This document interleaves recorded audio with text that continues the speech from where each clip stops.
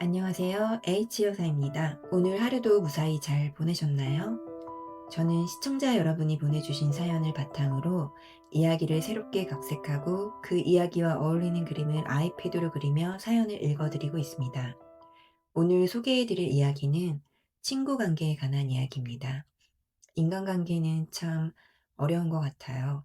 어떤 사연이 있는지 이야기 시작하겠습니다. 안녕하세요. 초등학생 아이 한 명을 키우고 있는 40대 주부입니다. 요즘 들어 사람 만나는 게 참 어렵다는 생각을 자주 하게 됩니다. 예전에는 누군가를 만나면 자연스럽게 마음이 열리고 이 사람과는 오래 갈 수도 있겠다라는 기대가 먼저 있었는데요. 이제는 그보다 먼저 경계부터 하게 되는 제 자신을 발견하곤 합니다. 사람에게 지친다는 말이 이런 건가 싶어요. 상처를 크게 받은 것도 아닌데 조금씩 쌓인 서운함과 실망이 사람을 이렇게 바꾸는 건가 싶기도 하고요. 그래서 새로운 사람을 만나는 일도 오래된 사람을 다시 만나는 일도 예전처럼 반갑지는 않습니다. 이 사연을 보내게 된 건 며칠 전 우연히 한 이름을 다시 보게 됐기 때문입니다. 정확히 말하면 보고 싶지 않았던 이름이었어요. 대학 동창 몇 명이 남아있는 단체 카톡방이 하나 있습니다. 자주 대화가 오가는 방은 아니고 누가 결혼했다거나 누가 이사를 갔다거나 가끔 안부 정도만 오가는 그런 방이에요. 솔직히 나갈까 말까 몇 번이나 고민했지만 그냥 두고 있던 방이었죠.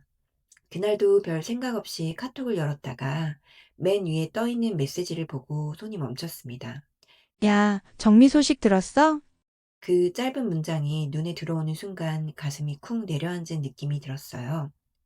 정미라는 이름을 마지막으로 떠올린 게 언제였는지도 기억이 나지 않았는데 그 이름 하나로 갑자기 여러 장면이 한꺼번에 밀려왔습니다.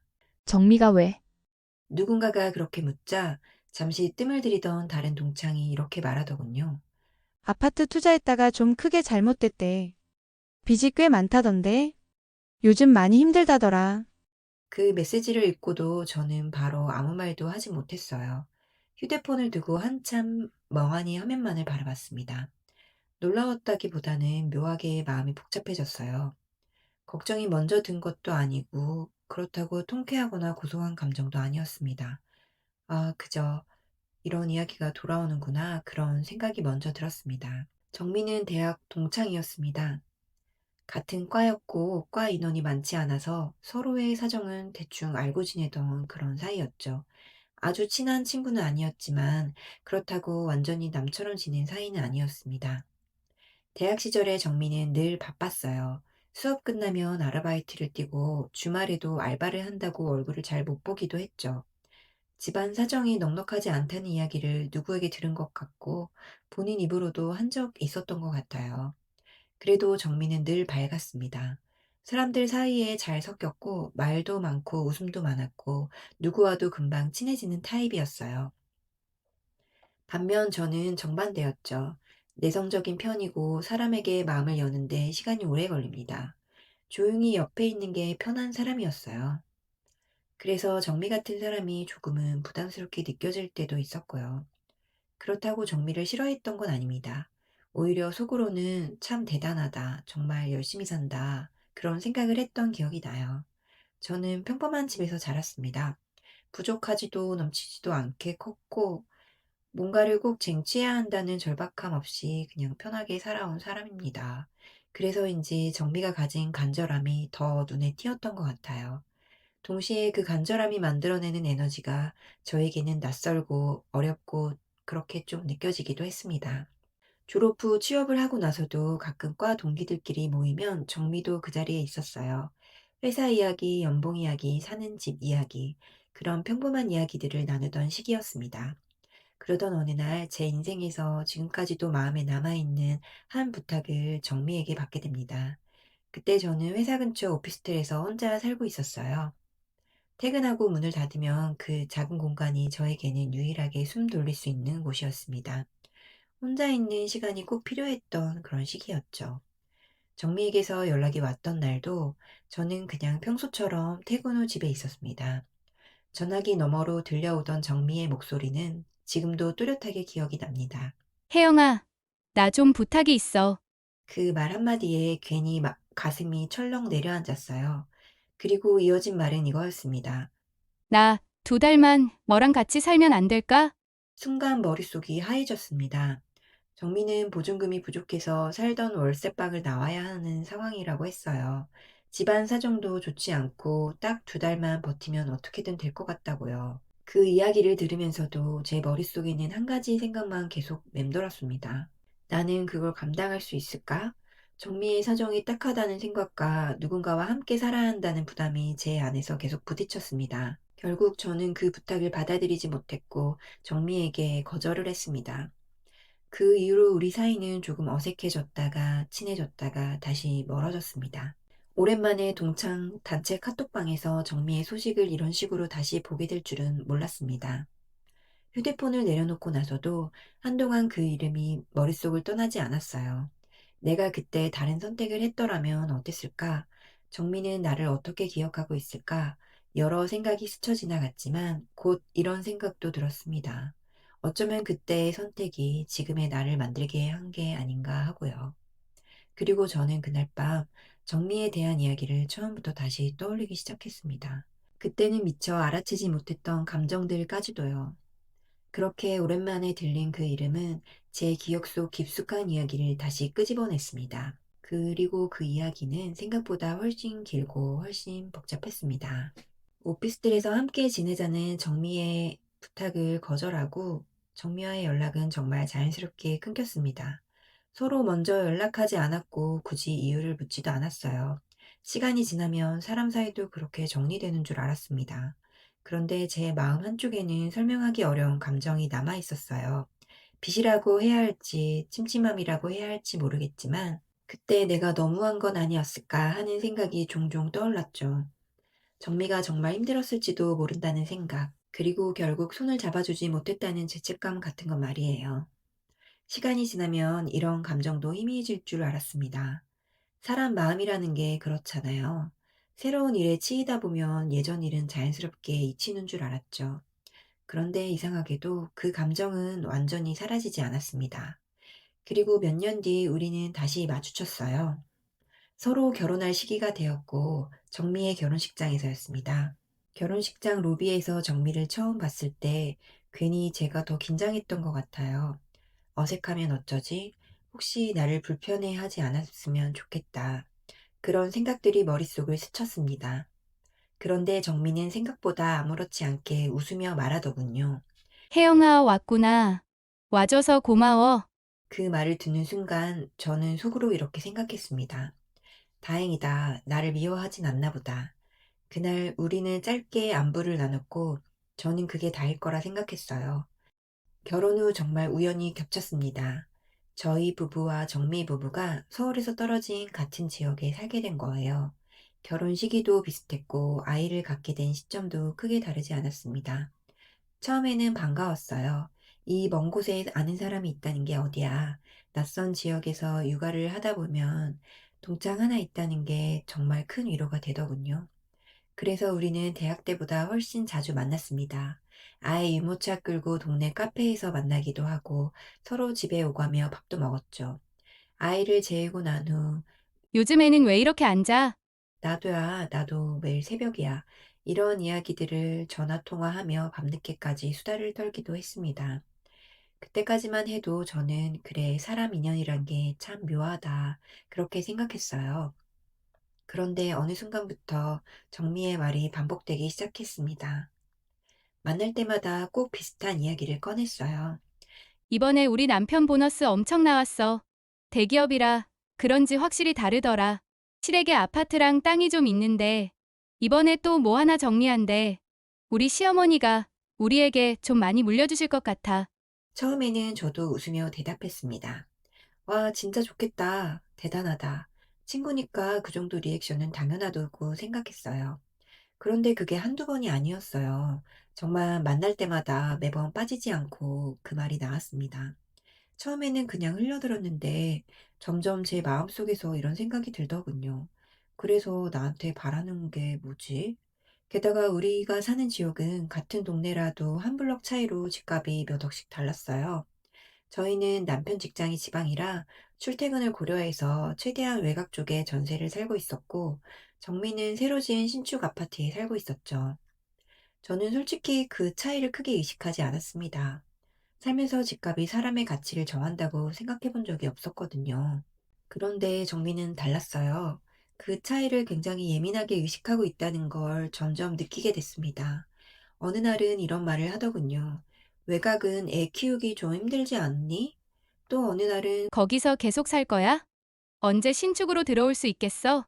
그러면서 웃으며 덧붙였죠. 대기업 남편들은 확실히 다르긴 하더라. 그때까지도 저는 둔했습니다. 원래 말이 좀 직설적이긴 했지. 그냥 말버릇인가 보다. 이렇게 넘겼어요. 하지만 어느 날 집에 돌아오는 길에 문득 깨달았습니다. 이게 단순한 자랑이 아니라는 걸요. 정미의 말은 자랑이 아니라 보이지 않는 서열을 확인하는 말이었습니다. 정미는 자기가 위에 있고 제가 아래에 있기를 바라는 것처럼 느껴졌어요. 제가 결혼으로 인해 뭔가 잘못된 선택을 한 사람, 조금은 실패한 사람처럼 느껴지길 바라는 듯 했습니다. 그걸 확인하듯 제 삶을 계속 비교하고 평가하고 아주 은근하게 내려다보고 있었던 거죠. 그때부터 만남이 점점 힘들어졌습니다. 약속 전날부터 괜히 가슴이 답답해지고 만나고 돌아오면 이유 없이 기분이 찝찝했어요. 집에 와서 아이 얼굴을 보면서도 내가 왜 이렇게 지치지? 이런 생각이 들곤 했습니다. 그런데도 저는 계속 만났습니다. 아이 키우느라 하루 종일 집에 있다 보니 누군가와 말을 나눈다는 사실 하나가 그때의 저에게는 큰 위로였거든요. 그리고 그때부터 정민은 저에게 무언가를 자꾸 주기 시작했습니다. 그게 나중에 어떤 감정으로 변하게 될지도 모른 채요. 정민은 저보다 아이를 딱 1년 먼저 낳았습니다. 그래서인지 만날 때마다 이것저것을 제게 주곤 했어요. 처음에는 정말 고마웠습니다. 육아라는 게 생각보다 돈이 많이 들잖아요. 중고라도 물려받으면 도움이 되는 게 사실이니까요. 이거 우리 애 입던 거야. 아직 쓸만해. 장난감도 다 가져왔어. 정민은 늘 그렇게 아무렇지 않게 말했어요. 저도 처음에는 별 생각 없이 받았습니다. 고마워, 잘 쓸게. 그렇게 말하면서 치킨 쿠폰을 카톡으로 보내곤 했어요. 그런데 시간이 지날수록 뭔가 이상하다는 느낌이 들기 시작했습니다. 주는 물건들의 상태가 생각보다 너무 안 좋았거든요. 해진 내복, 목 늘어난 티셔츠, 색이 바래서 무늬가 거의 안 보이는 옷들, 손때가 잔뜩 묻은 장난감, 털이 뭉쳐서 색이 변한 인형들까지요. 솔직히 말하면 이건 그냥 버릴 물건 아닌가 싶은 것들도 꽤 있었습니다. 남에게 주기에도 민망한 수준의 것들이 많았어요. 그런데도 저는 말로는 항상 이렇게 말했습니다. 고마워, 뭐 이런 걸 다 챙겨줘. 받으면서 웃었지만 집으로 돌아오는 길에는 마음 한구석이 조금 불편했어요. 고마움보다는 민망함이 더 컸습니다. 이런 것까지 굳이 주지 않아도 되는 것 같은데, 그런 생각이 자꾸 들더군요. 어느 순간부터는 그게 단순한 호의가 아니라는 느낌이 들기 시작했습니다. 불쌍한 사람에게 남는 걸 나눠주는 것 같은 그런 적성 같다는 생각이 들었어요. 정미의 말투도 조금씩 달라졌습니다. 야, 애들 거 새 거 살 필요 없어. 형편에 맞게 살면 되지. 어차피 금방 크잖아. 왜 버리면 아껴 써야지. 새로 사귄 엄마들도 함께 있을 때 정미는 꼭 이런 말들로 저를 깎아내리는 듯 했습니다. 그 말들이 쌓이다 보니 주변 엄마들도 제가 정말 형편이 어려운 사람처럼 대하기 시작했어요. 뭐라고 반박하기에도 애매한 순간들이 많아서 저도 뭐라 말하기가 어려웠습니다. 정민은 제가 어떤 상황인지 어떻게 살고 있는지에는 크게 관심이 없어 보였어요. 그저 본인이 보고 싶은 모습만 보고 있었던 것 같습니다. 가끔은 이런 생각도 들었습니다.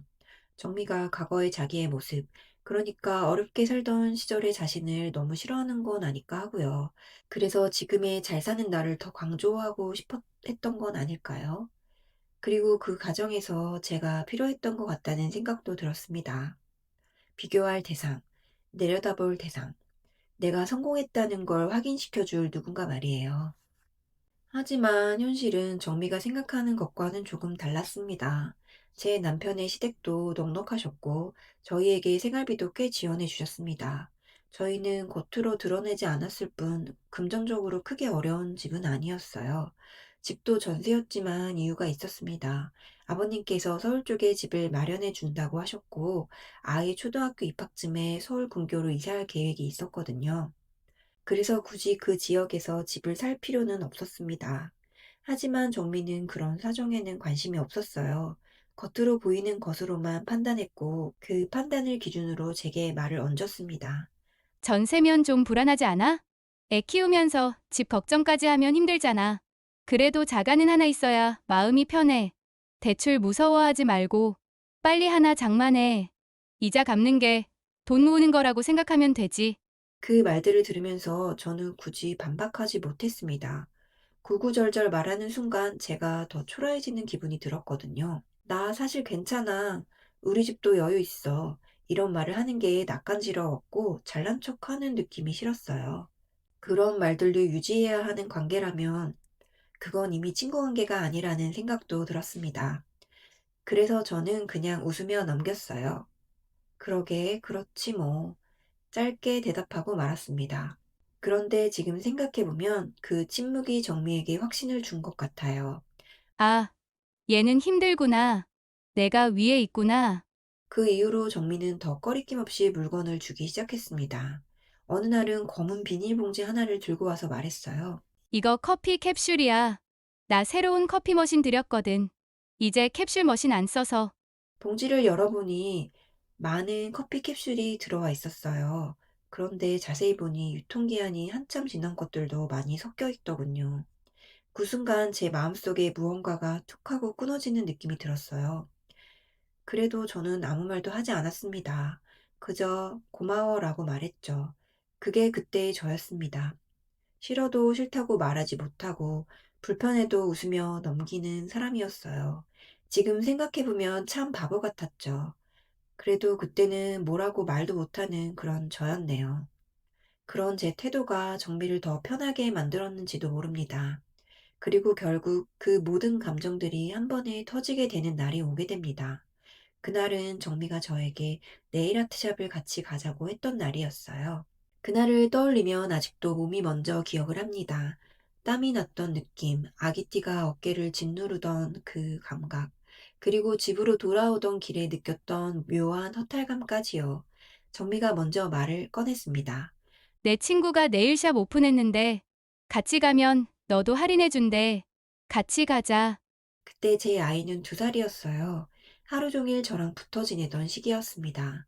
정민은 이미 아이를 어린이집에 보내고 있었고, 저는 아직 아이를 집에서 케어하고 싶어서 어린이집을 보내지 않고 있었죠. 아, 난 좀 힘들 것 같은데, 제가 그렇게 말하자 정민은 금방 말을 이었습니다. 야, 너도 기분 전환 좀 해야지. 맨날 얘랑만 있잖아. 어차피 할인인데 이럴 때 하자. 저는 솔직히 가고 싶지 않았어요. 2살 아이를 데리고 처음 가보는 동네까지 간다는 게 생각만 해도 버거웠습니다. 그래서 몇 번은 분명히 거절했죠. 아기 데리고는 좀 힘들어. 다음에 가면 안 될까? 그런데 정민은 포기하지 않았습니다. 한 번만 같이 가줘. 나 친구 체면도 있고 너 오면 진짜 좋아할 거야. 그 말들을 듣고 있으니 제가 괜히 모질게 구는 사람처럼 느껴지더라고요. 결국 저는 또 그랬습니다. 제 마음보다 상대의 기분을 먼저 생각하고, 그래, 한 번쯤은 하면서 나서고 말았죠. 아기띠를 메고 집을 나섰습니다. 정미가 알려준 역으로 가라는데 저는 그쪽 동네를 한 번도 가본 적이 없었어요. 버스도 헷갈리고 길도 틀리고 아이 무게에 어깨는 점점 더 아파왔습니다. 왜 이렇게까지 하지? 걸어가면서도 계속 그런 생각이 들었어요. 그런데도 발걸음은 멈추지 않더군요. 이미 나왔으니까, 이미 약속했으니까요. 버스를 타고 전철역을 갈아타고 1시간 가까이 걸려서 네일샵에 도착했을 때는 정말 녹초가 된 상태였습니다. 아이는 아기띠 안에서 보채고 저는 숨이 차서 말도 제대로 나오지 않았죠. 정민은 이미 도착해 있었습니다. 아이 없이 가벼운 옷차림으로요. 그 얼굴을 보는데, 아, 혼자 나온 사람은 저렇게 편하구나. 그게 한눈에 느껴지더군요. 야, 고생했네. 정민은 그렇게 말했지만 그 말이 위로처럼 들리지는 않았습니다. 내일을 받는 동안에도 저는 계속 스스로 달랬어요. 그래, 친구 오픈이라잖아. 정미 입장도 이해하자. 이 정도는 참을 수 있지. 정미는 옆에서 친구랑 웃고 떠들었고, 저는 아이가 깨지 않을까 신경 쓰며 손 하나 까딱이지 못한 채 앉아 있었습니다. 그리고 결제할 때였습니다. 저는 계산대 앞에서 제 카드를 결제했어요. 10% 할인된 금액이에요. 직원이 그렇게 말하길래 그래도 할인 받았네 하고 생각했습니다. 그런데 옆을 보니 정미가 서 있더군요. 가방을 들고 그냥 서서 웃고만 있었습니다. 처음에는 제가 못 본 줄 알았어요. 아, 나 먼저 하고 정미가 하겠지. 그렇게 생각했죠. 그런데 정미는 끝까지 결제를 하지 않았습니다. 자연스럽게 너무나 당연하다는 듯이요. 그 순간 머릿속에 뭔가가 맞춰지는 느낌이 들었습니다. 아, 내가 여기 온 이유는 같이 할인받으러가 아니었구나. 내가 같이 와줘야 정미가 무료로 서비스를 받을 수 있었던 거였나 보다. 그걸 깨닫는데 몇 초도 걸리지 않았습니다. 그리고 그 몇 초 사이에 기분이 확 가라앉았습니다.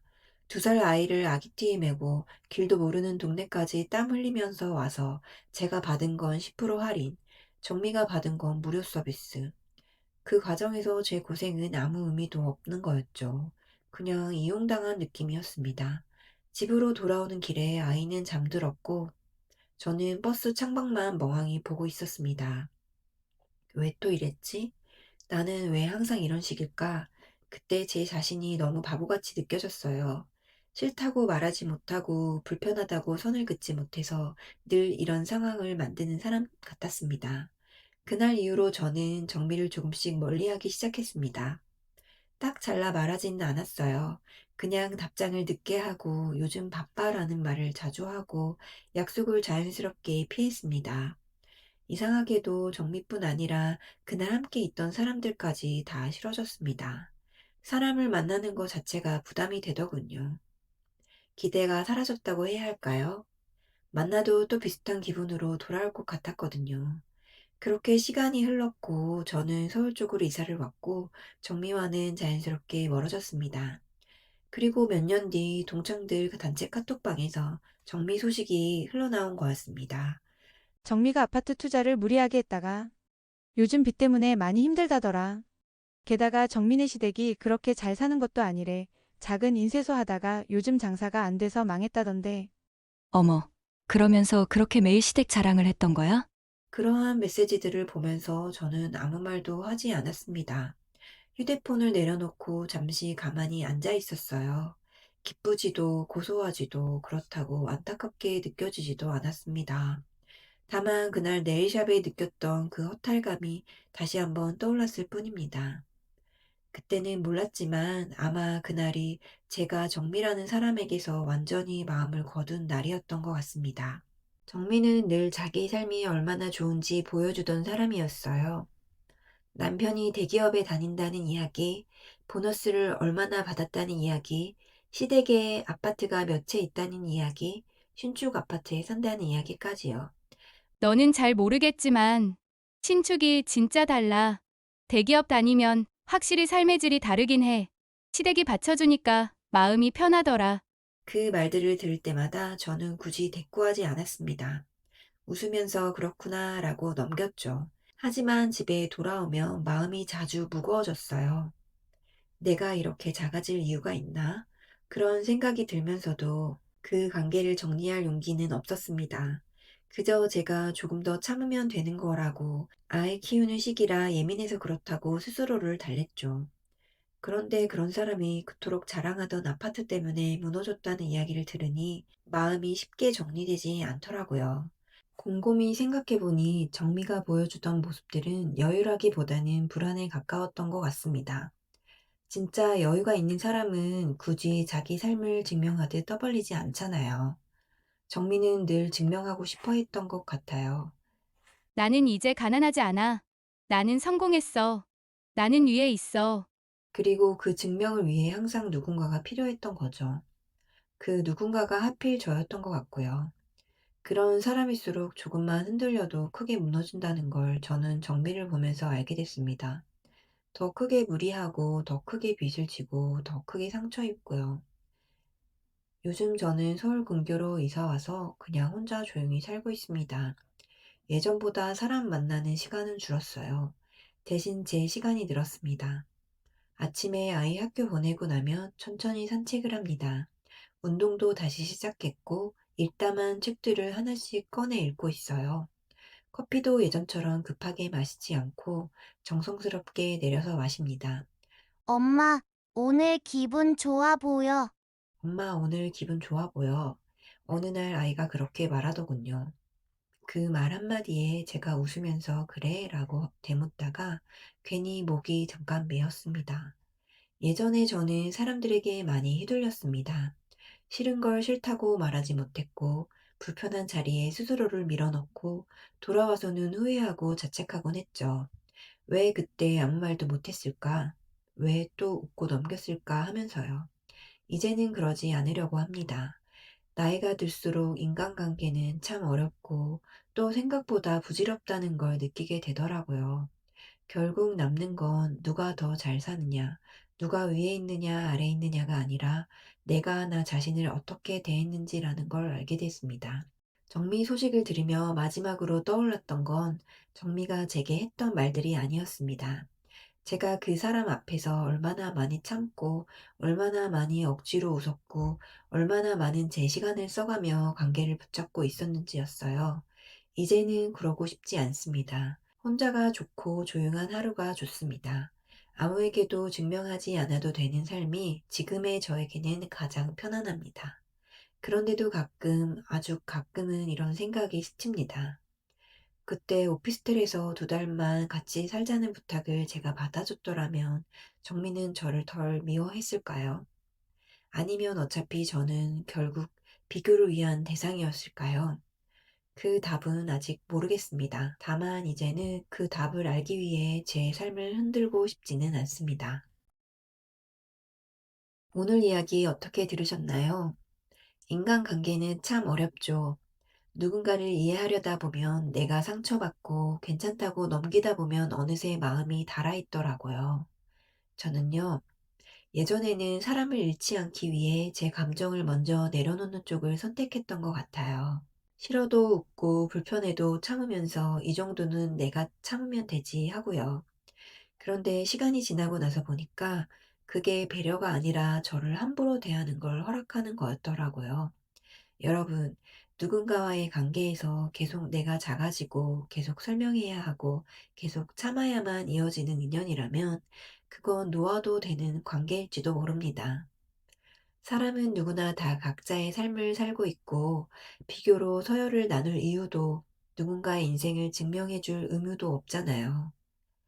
지금 저는 조금 덜 만나고 조금 더 제 자신에게 집중하며 살고 있습니다. 그게 오히려 마음은 훨씬 편해졌어요. 이 이야기가 누군가에게는 위로가 되고 누군가에게는 용기가 되었으면 좋겠습니다. 오늘도 함께 해주셔서 감사합니다. 다음에 또 새로운 이야기로 찾아오겠습니다.